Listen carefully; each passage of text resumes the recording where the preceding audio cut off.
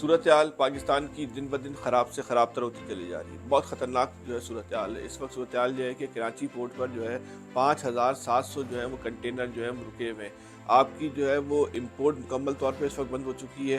Export کا کیونکہ خام مال باہر سے آتا ہے تو آپ کی ایکسپورٹ جو ہے بند ہو چکی ہے۔ اتنی خطرناک صورتحال ہے کہ سرکاری اسپتالوں سے جو ہے وہ دوائیں ملنا جو ہے وہ بند ہو گئی ہیں۔ اچھا، ہم بڑے بڑے مزے سے تو بول دیتے ہیں نا کہ امپورٹ سے جو ہے نا پاکستان کو کون سا فائدہ ہوتا ہے، الٹا ڈالر جاتے ہیں۔ بھائی ایسا نہیں ہے۔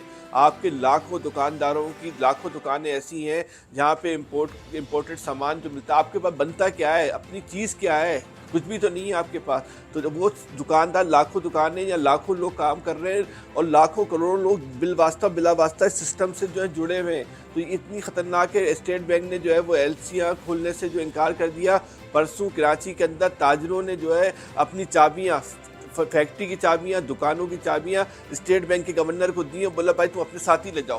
جب ہمیں یہاں کوئی کام ہی نہیں ہو رہا تھا، ہم چابیوں کا ہم نے کیا کرنا ہے، تالے لگ رہے ہیں، تالے دیکھیں، تالے لگ رہے ہیں دکانوں پہ۔ یہ کراچی میں نہیں ہو رہا، پورے پاکستان میں۔ اگر یہی صورتحال رہی تو اس بات کو سمجھ لیجئے کہ چند دنوں کے بعد پورے پاکستان میں شٹر ڈاؤن ہو جائے گا۔ اس معاملے کی نزاکت کو سمجھیں۔ اس وقت ہم اپنی زندگی کے اور تاریخ کے بدترین دور سے گزر رہے ہیں۔ یہ وقت دعا آ گیا ہے۔ اس معاملے کی نزاکت کو سمجھیں۔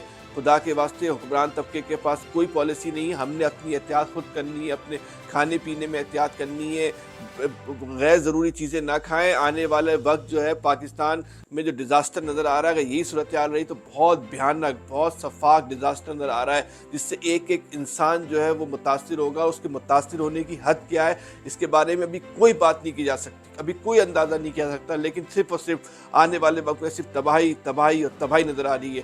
ہم آپ کو اس حوالے سے مستقل اپڈیٹ کرتے رہیں گے۔ اپنا بہت زیادہ خیال رکھیے گا۔ اللہ حافظ۔